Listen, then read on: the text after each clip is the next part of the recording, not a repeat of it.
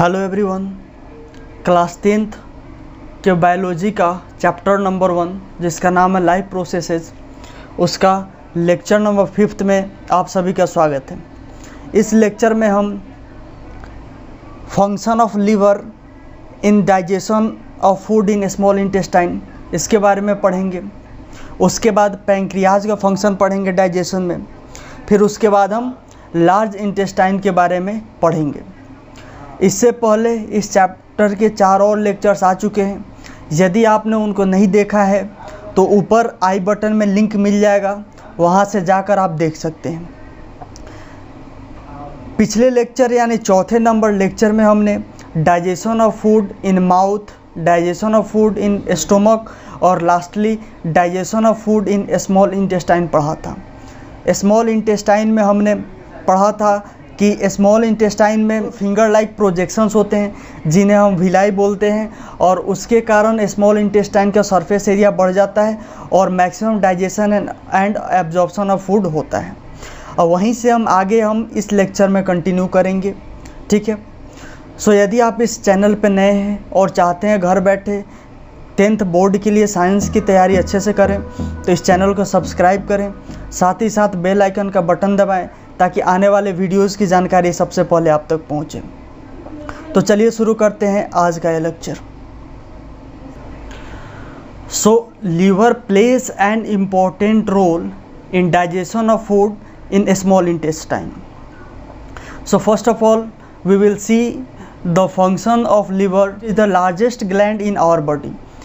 Liver जो है हमारे बॉडी का सबसे बड़ा ग्लैंड है। ये बार बार कंपटीशन में भी पूछा जाता है, which is the largest gland of our body. So liver is the largest gland of our body, ठीक है। Second point, it is made up of hepatic cell. Liver जो है वो हमारा हेपेटिक सेल से बना हुआ होता है।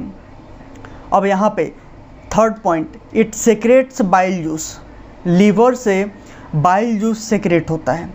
लीवर से बाइल जूस सेक्रेट होता है। Bile juice consist of bile salt and bile pigment. जो बाइल जूस लीवर से सेक्रेट होता है उस जूस में, यहाँ पे juice JUICE, bile juice. Bile juice consist of bile salt and bile pigment. Liver से जो बाइल जूस निकलता है उसमें बाइल साल्ट और बाइल पिगमेंट दो चीज़ें होती हैं। Bile salt help in the emulsification of fat. Bile salt, जो बाइल जूस का जो पार्ट है बाइल साल्ट, वो इमल्सिफिकेशन ऑफ फैट में मदद करता है। यहाँ पे एक इम्पॉर्टेंट पॉइंट है इमल्सिफिकेशन। ये बार बार एग्जामिनेशन में पूछा जाता है, emulsification of fat. So liver से बाइल जूस निकलता है। उस बाइल जूस का दो पार्ट होता है, एक बाइल साल्ट एंड दूसरा बाइल पिगमेंट। बाइल साल्ट जो होता है वो इमल्सिफिकेशन ऑफ फैट, यानी जो हम फैट खाते हैं, जो हम खाना खाते हैं उसमें जो फैट होता है उस फैट को वो इमल्सिफाई करता है, यानी उसको स्मॉलर फॉर्म में ब्रेक करता है, ठीक है। सो अब हम देखेंगे what is emulsification of fat next point में। नेक्स्ट पॉइंट है the process of conversion of fat into fat droplets, DROPLETS, fat droplets with the help of bile salt is called emulsification of fat। मतलब जिस process के द्वारा fat small fat droplets में convert हो जाता है with the help of bile salt is called emulsification of fat. अगला point है bile pigment consist of bilirubin and biliverdin. सबसे पहले हमने पढ़ा बाइल जूस लीवर से निकलता है। उस बाइल जूस में दो कंपोनेंट्स होते हैं, एक बाइल साल्ट एंड दूसरा बाइल पिगमेंट। तो बाइल साल्ट का हमने फंक्शन पढ़ा, it helps in the emulsification of fat, यानी फैट को स्मॉल ड्रॉपलेट्स में तोड़ता है। उसके बाद जो दूसरा बाइल जूस का जो दूसरा पार्ट है में बाइल पिगमेंट, वो उसमें दो प्रकार की चीज़ें होती हैं, एक बिलीरुबिन और दूसरा बिलीवर्डिन, ठीक है। So bilirubin and biliverdin are the parts of bile pigment. अब जो बिलीरुबिन और बिलीवर्डिन होता है उसमें बिलीरुबिन येलो कलर का होता है। The colour of bilirubin is yellow. अगला पॉइंट है, if excess secretion of bilirubin takes place the person suffers from jaundice. Bile pigment का दो पार्ट होता है, एक बिलीरुबिन और दूसरा बिलीवर्डिन। बिलीरुबिन का जो कलर होता है वो येलो होता है, और यदि बिलीरुबिन का सेक्रेशन किसी भी पर्सन के बॉडी में ज़्यादा हो जाता है तो वो पर्सन जॉन्डिस से सफ़र करता है। आप जानते हैं कि यदि किसी को जॉन्डिस होता है तो उसका शरीर येलो हो जाता है। और येलो क्यों होता है? क्योंकि उसके बॉडी में जो बिलीरुबिन जिसका कलर येलो होता है उसका सेक्रेशन ज़्यादा हो जाता है, जिसके कारण उस व्यक्ति का जो बॉडी का कलर हो जाता है वो येलोइश हो जाता है। ठीक है, सो आपने यहाँ पे समझ लिया कि लीवर का क्या रोल है डाइजेशन इन स्मॉल इंटेस्टाइन में। ठीक है, अब हम पढ़ेंगे function of pancreas in digestion. अगला है function of pancreas. First point है, it secretes pancreatic juice. Pancreas से हमारे बॉडी में पैंक्रियाटिक जूस निकलता है। ठीक है, पैंक्रियाटिक जूस सीक्रेट होता है। Pancreatic juice consist of trypsin, amylase and lipase. Pancreatic juice में 3 प्रकार के एंजाइम्स होते हैं जिनका नाम है ट्रिप्सिन, एमाइलेज एंड लाइपेज, जिसको याद करने के लिए शॉर्ट फॉर्म है टाल। टी से ट्रिप्सिन, ए से एमाइलेज एंड एल से लाइपेज। इन तीनों एंजाइम्स का अलग अलग फंक्शन होता है, उसको हम एक एक करके देखेंगे। Function of trypsin, function of amylase and function of lipase. So basically pancreas का मेन फंक्शन है, वहाँ से पैंक्रियाटिक जूस निकलता है, और उस पैंक्रियाटिक जूस में 3 प्रकार के एंजाइम्स होते हैं, पहला ट्रिप्सिन, दूसरा एमाइलेज एंड तीसरा लाइपेज। सो सबसे पहले हम ट्रिप्सिन का फंक्शन देखेंगे। ट्रिप्सिन यहाँ पे सिंबॉलिक फॉर्म में लिखा हुआ है ट्रिप्सिन का फंक्शन, फिर उसी को यहाँ पे वर्ड में लिखा हुआ है। सो मेनली यहाँ पे प्रोटीन है, इस पे ट्रिप्सिन एंजाइम एक्ट किया, अमीनो एसिड में ये कन्वर्ट हो गया। प्रोटीन और पेप्टॉन्स, इसको प्रोटीन या पेप्टॉन्स भी बोलते हैं। ठीक है, पेप्टॉन्स, प्रोटीन और peptones convert into amino acid with the help of trypsin enzyme in small intestine. Small intestine में पैंक्रियाज से जो ट्रिप्सिन निकलता है वो ट्रिप्सिन प्रोटीन को अमीनो एसिड में कन्वर्ट करता है। ये हो गया हमारा ट्रिप्सिन का मतलब फंक्शन। ट्रिप्सिन के बाद हम देखेंगे फंक्शन ऑफ एमाइलेज। एमाइलेज जो है वो माल्टोज को ग्लूकोज प्लस ग्लूकोज यानी 2 मॉलिक्यूल्स ऑफ ग्लूकोज में कन्वर्ट करता है। Digestion of food in our mouth में हमने पढ़ा था स्टार्च या कार्बोहाइड्रेट, उसका डाइजेशन माउथ से ही शुरू हो जाता है, और वो माउथ में सलाइवा के हेल्प से, जिसको सेलेवरी एमाइलेज भी बोलते हैं, उसके हेल्प से वो कन्वर्ट हो जाता है स्टार्च से माल्टोज में। ठीक है, माउथ में तो वो माल्टोज में कन्वर्ट हो गया, लेकिन उसके बाद वो माल्टोज जब हमारा स्मॉल इंटेस्टाइन में आता है तब उस पर फिर से एमाइलेज एंजाइम एक्ट करता है, और तब जाकर के वो माल्टोज और सिंपलर फॉर्म यानी ग्लूकोज में कन्वर्ट होता है, और इस ग्लूकोज से हमें एनर्जी मिलता है। सो कार्बोहाइड्रेट अगर हम कोई खाते हैं या स्टार्च लेते हैं तो उससे एनर्जी नहीं मिलता है, उससे पहले हमारे माउथ में वो कार्बोहाइड्रेट से फिर वो माल्टोज में कन्वर्ट होता है, और फिर जब वो आता है हमारे स्मॉल इंटेस्टाइन में वो उसके बाद वो माल्टोज ग्लूकोज में कन्वर्ट होता है, और उसी ग्लूकोज से हमें एनर्जी मिलता है। सो फंक्शन ऑफ एमाइलेज में maltose converts into 2 molecules of glucose with the help of amylase in small intestine. Small intestine में एमाइलेज एंजाइम की हेल्प से माल्टोज 2 मॉलिक्यूल्स ऑफ ग्लूकोज में कन्वर्ट होता है। टॉपिक है function of lipase. So basically lipase जितने भी fats होते हैं उनके डाइजेशन में हेल्प करता है स्मॉल इंटेस्टाइन में। सो फैट्स या जिनको हम लिपिड्स भी बोलते हैं, फैट्स या लिपिड्स पे जब लाइपेज एंजाइम काम करता है तो फैटी एसिड एंड ग्लिसरॉल में कन्वर्ट हो जाता है। सो वही चीज़ यहाँ पे लिखा हुआ है, fats convert into fatty acid and glycerol with the help of lipase in small intestine. Small intestine में फैट जो होता है वो लाइपेज एंजाइम के हेल्प से फैटी एसिड एंड ग्लिसरॉल में कन्वर्ट हो जाता है। सो इस प्रकार स्मॉल इंटेस्टाइन में पैंक्रियाज का रोल यही है कि उस पैंक्रिया से पैंक्रियाटिक जूस निकलता है। उस पैंक्रियाटिक जूस में 3 प्रकार के एंजाइम पाए जाते हैं। ट्रिप्सिन, एमाइलेज और लाइपेज नाम का एंजाइम्स होते हैं, जिनको हम टाल TAL टाल शॉर्ट फॉर्म से याद रखेंगे। T से ट्रिप्सिन, A से एमाइलेज एंड L से लाइपेज। ट्रिप्सिन प्रोटीन के डाइजेशन में हेल्प करता है, प्रोटीन को अमीनो एसिड में कन्वर्ट करता है। एमाइलेज माल्टोज को 2 मॉलिक्यूल्स ऑफ ग्लूकोज में कन्वर्ट करता है। और उसके बाद जो लाइपेज होता है वो फैट को फैटी एसिड एंड ग्लिसरॉल में कन्वर्ट करता है। यहाँ पे जो भी चीज़ें लिखी जा रही हैं उनको आप नोट करें ताकि आपके पास एक बेहतर नोट्स हो। ये सारी बातें NCERT की बुक में काफ़ी शॉर्ट फॉर्म में दिया हुआ है, वहाँ से इसको अलग अलग छांट करके डिटेल में समझाया जा रहा है। अगर आप NCERT बुक को पढ़ेंगे तो सब एक ही में दे दिया है, डाइजेशन इन ह्यूमन बीइंग में सब एक ही में दे दिया है। उसमें से यहाँ पे छांट के अलग अलग चीज़ों का फंक्शन लिखा हुआ है। ये सारी चीज़ें वहाँ पर हैं लेकिन उसको इलाबोरेट नहीं किया गया है। सो यहाँ पे इलाबोरेट करके लिखा जा रहा है। आप इसका नोट्स ज़रूर बनाएं, वरना NCERT से काफ़ी दिक्कत होगा समझने में। ठीक है, अब हम देखेंगे function of large intestine.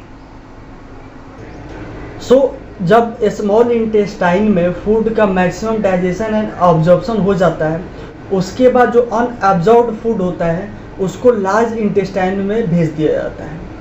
So first point है फंक्शन ऑफ लार्ज इंटेस्टाइन का, unabsorbed food send to the large intestine. Small intestine में जो मैक्सिमम एब्जॉर्प्शन हो जाता है, उसके बाद जो अनएब्जॉर्ब्ड फूड होता है उसको लार्ज इंटेस्टाइन में भेज दिया जाता है। ठीक है, more absorption of water takes place.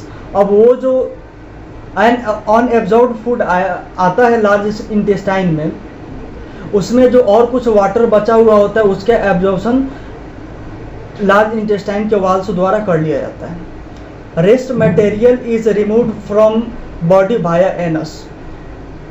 उसमें से जब अनएब्जॉर्ब्ड फूड में से जो वाटर होता है उसका जब एब्जॉर्प्शन हो जाता है, उसके बाद जो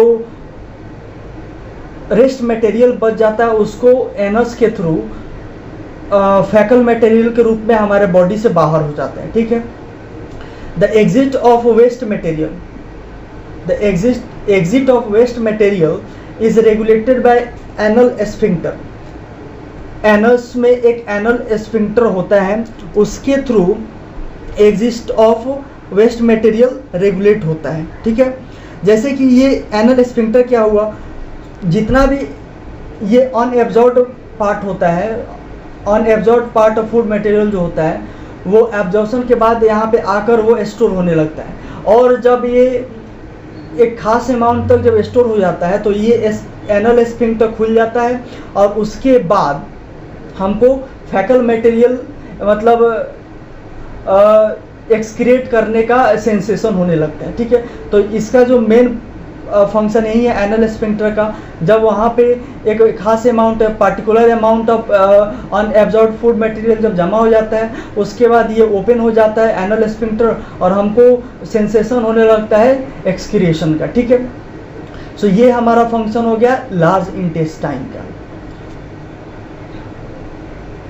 सो अभी तक हमने जो देखा, digestion of food in our mouth, digestion of food in stomach, digestion of food in small intestine, उसके बाद function of large intestine in digestion, ये चारों चीज़ें जो है वो डाइजेशन के अंदर हैं। हमने जो स्टेप ऑफ न्यूट्रिशन पढ़ना शुरू किया था इन ह्यूमन बीइंग, उसी का ये डाइजेशन का जो थर्ड स्टेप था उसके अंदर ये सब आया। फर्स्ट स्टेप हमने पढ़ा इंगेशन, सेकेंड स्टेप हमने पढ़ा डाइजेशन। सेकेंड स्टेप जो हमने पढ़ा डाइजेशन, उसके अंदर हमने ये 4 टॉपिक्स कवर किया। सबसे पहला digestion of food in our mouth, उसके बाद हमने पढ़ा digestion of food in stomach, उसके बाद हमने पढ़ा digestion of food in small intestine and lastly digestion of food in large intestine. तो इस प्रकार जो हमारा न्यूट्रिशन का सेकेंड स्टेप डाइजेशन वो कंप्लीट होता है। अब हम न्यूट्रिशन का थर्ड स्टेप कवर करेंगे जिसका नाम है absorption. So nutrition in human being का थर्ड स्टेप है एब्जॉर्प्शन। डाइजेशन के बाद अगला स्टेप यानी थर्ड स्टेप है absorption. Absorption is the process by which digested food passes through the intestinal wall into the blood stream. अभी हमने पढ़ा डाइजेशन इन स्मॉल इंटेस्टाइन में कि वहाँ पर maximum digestion as well as absorption of food दोनों होता है। सो वहीं जो फूड एब्जॉर्ब होता है स्मॉल इंटेस्टाइन के वाल से, उसके बाद जो वो ब्लड स्ट्रीम में जाता है, यानी ब्लड में जो वो जाता है, उस प्रोसेस को ही हम एब्जॉर्प्शन बोलते हैं। मतलब फूड डाइजेस्ट हुआ, कंप्लीट डाइजेशन हुआ स्मॉल इंटेस्टाइन में, उसके बाद कंप्लीट डाइजेशन के बाद स्मॉल इंटेस्टाइन के वाल के थ्रू ब्लड में जो एब्जॉर्प्शन होता है, ब्लड में जो वो फूड मटेरियल जाता है, डाइजेस्टेड फूड मटेरियल, उसी को हम एब्जॉर्प्शन बोलते हैं। ठीक है। So the fourth step of nutrition is assimilation, the process in which the absorbed food is taken in by body cell and used for energy, growth and repair is called assimilation. Digested food जब absorb हो जाता है, यानी blood stream में चला जाता है, उसके बाद वो ब्लड के through each and every cell के पास पहुंचता है, और उसी प्रोसेस को हम एसिमिलेशन बोलते हैं। मतलब उस सेल के पास पहुंचा और जिस प्रोसेस के थ्रू वो सेल उसको उस एब्जॉर्ब्ड फूड का यूज़ एनर्जी के लिए, ग्रोथ एंड रिपेयर के लिए करता है, उसी प्रोसेस को हम एसिमिलेशन बोलते हैं।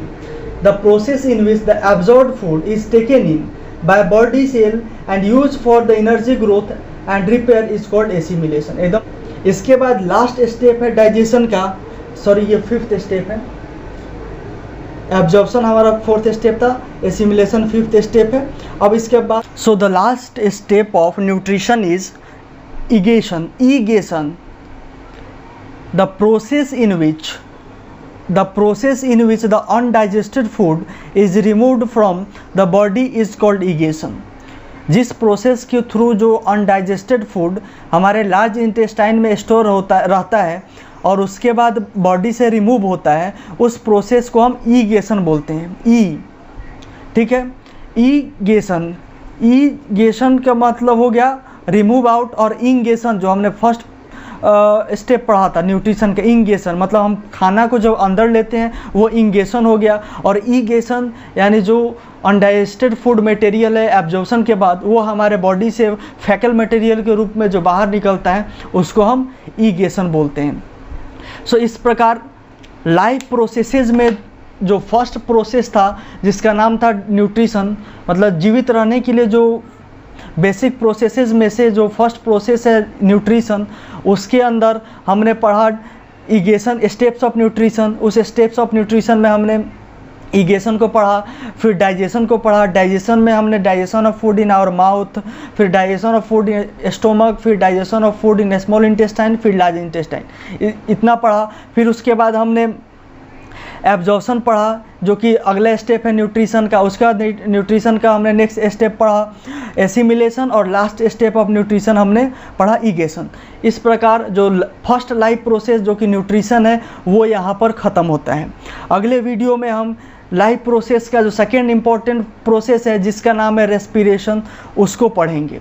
सो यदि आपको यह वीडियो अच्छा लगा हो, चीज़ें समझ में आई हो, तो वीडियो को लाइक करें और साथ ही साथ दोस्तों में शेयर भी करें। और यदि आप इस चैनल पर नए हैं और चाहते हैं कि घर बैठे साइंस की पढ़ाई अच्छे से करें, तो इस चैनल को सब्सक्राइब करें।